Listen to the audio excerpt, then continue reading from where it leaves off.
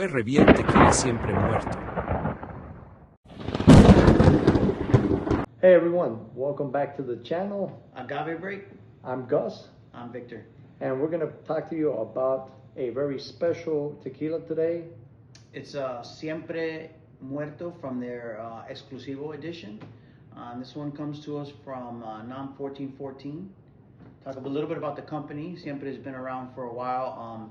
In addition to the Muerto, they also have Vivo, which we're going to do at a different time. But yep, we're going to talk about that later on. And also this really controversial mix that it's been going online called the Zombie Edition. So we'll talk about those down the road. But today we're going to go ahead and review Muerto. And like we were talking about, it comes out of NOM 1414.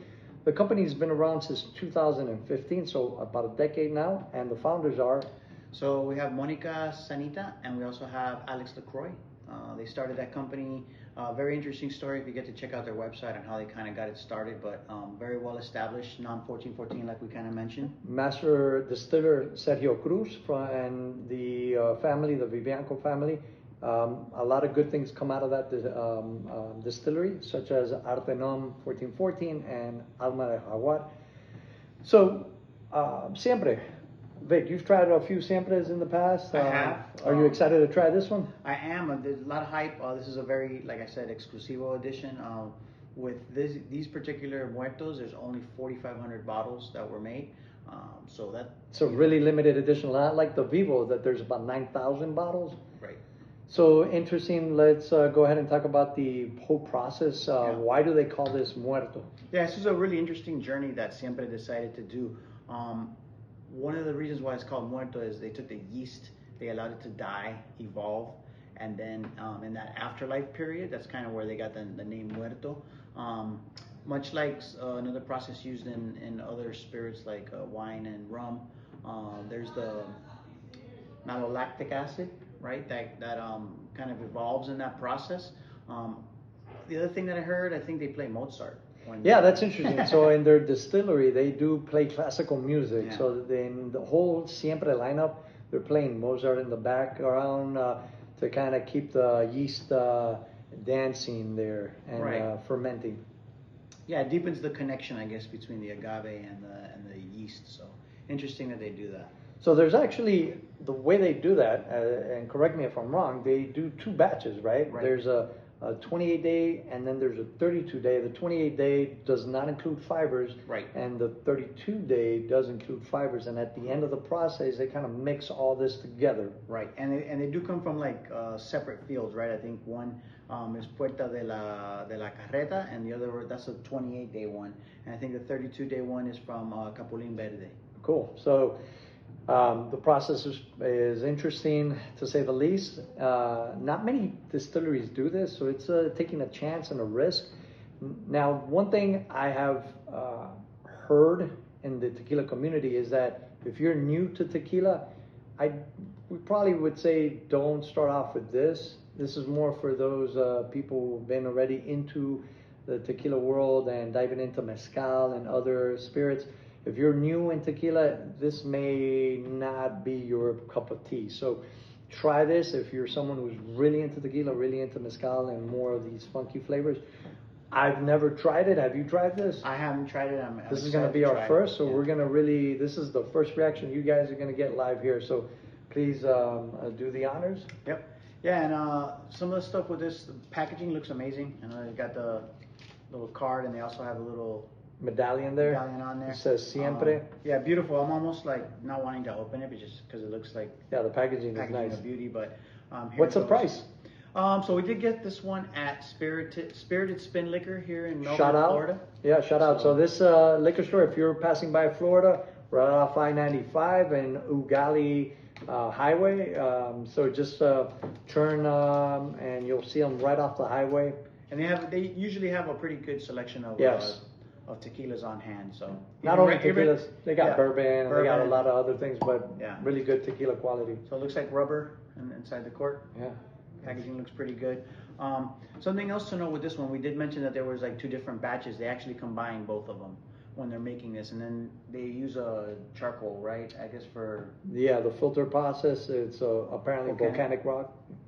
So let's go ahead and do the pour. I'll let you do the honors. Cool.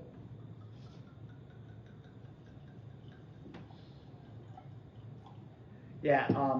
Also want to make note that this is considered a high proof, right? So this is 54.5% alcohol by volume, Yes. which is pretty high. Most tequilas are about 40 in the U.S. I think in Mexico. Mexico's a little lower, between 35 and 40. But yes, this is high proof. Now, the other thing is, in the tequila world, the CRT, which is, we already talked about that in the past video, but this is the regulatory commission in Mexico. The max is 110 proof. So we're at 109 already. This is the max. And yeah, this is super high proof. This is going to be our first sip of the day, so we got to get kind of used to it. Yeah. Yeah, it's a interesting bottle. It looks like it's really clear. Really clear. It is a blanco. Yeah. I don't know if we mentioned that. It's a blanco. Super clear. I could see the, in our case, is going to be the tears. Tears, right? Because we're married. It's got the tears there.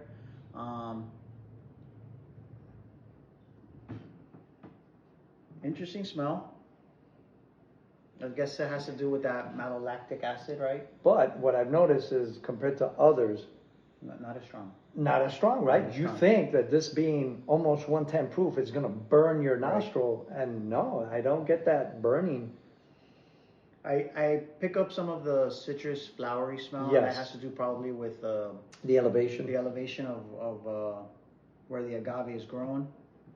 Oily for a blanco. Yeah, you could see that. Yeah, I could see so that. that's going to be a good mouthful there. Yes, absolutely. So looking at it, you see it's clear. You don't see any residual, anything floating around. Really clear. You see the nice, in our case, tears. So it's really viscous.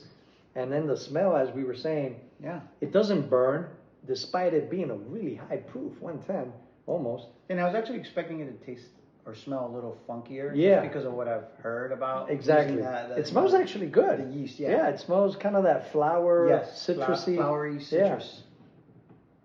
All right, here goes. Here goes. First taste. We got to get used to it. So this is not the.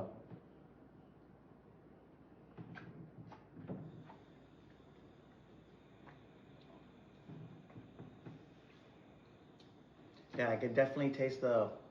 pepper. Yeah. But remember, this is our first taste, so we Sure. got to get our tongue, the mouth, all the taste buds there It's used to this. Powerful. Yeah, it is I think powerful. that first taste is So powerful. the taste is more than the smell. Yes.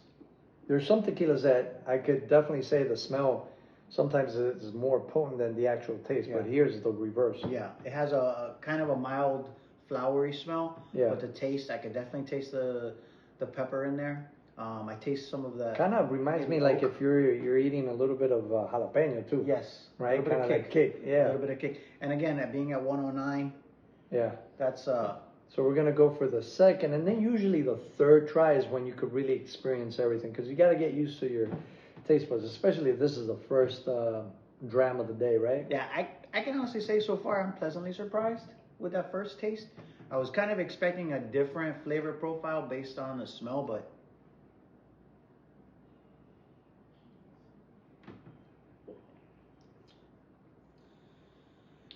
Yeah, I pick up a little bit of almost like cinnamony in there. Yeah, Maybe you definitely oak. get that oak, cinnamon. It's not as pungent or funky as I thought it would be. Yeah, I was actually expecting it with the whole story about the yeast. Yeah, especially what I've seen online, and some people really say they don't like it. Actually, it's not bad from my point. I enjoy it. I mean, and transparently, I'm not huge on a lot of blancos. I prefer more repos. Some of the blancos to me taste a little bit almost kind of blandish sometimes, or it doesn't have the real solid taste. I think for a blanco, this has an amazing taste. I like it. Kind of definitely coats the mouth, like with that oily that we could see on the bottle. So I'm going for that third one now. Yep. So there's a little bit more.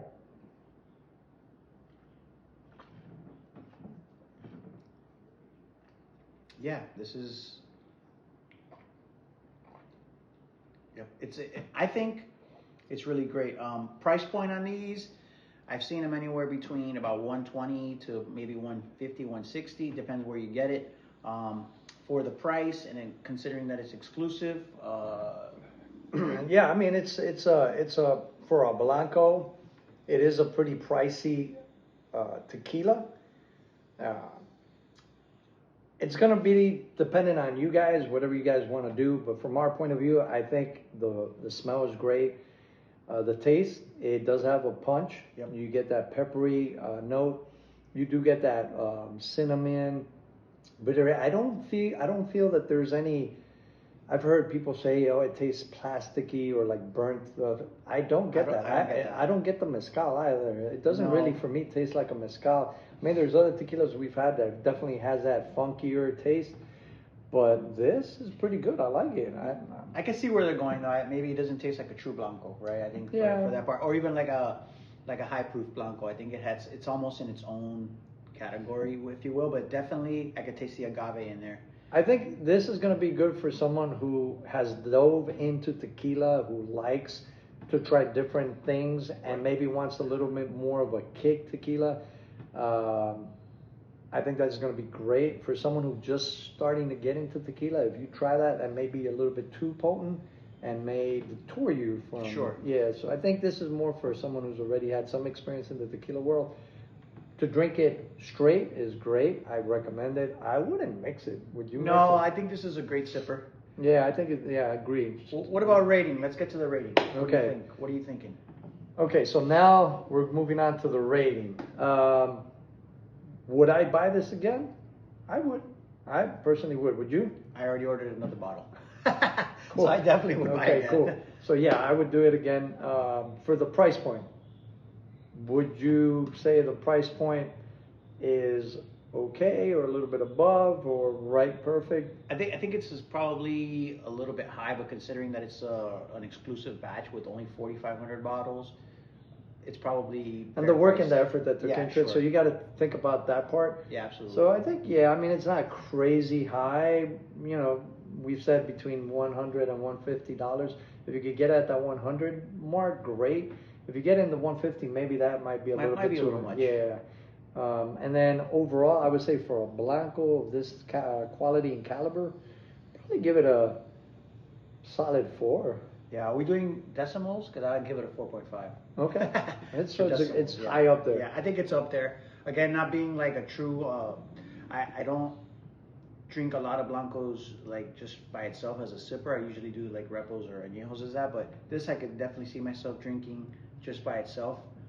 So 4.5 for me. So I would say to honor the departed, stick with Muerto. Muerto. Cheers. If you have any other ideas or spirits that you want us to try in the agave realm, put them in the comments for us. Remember to hit like and subscribe.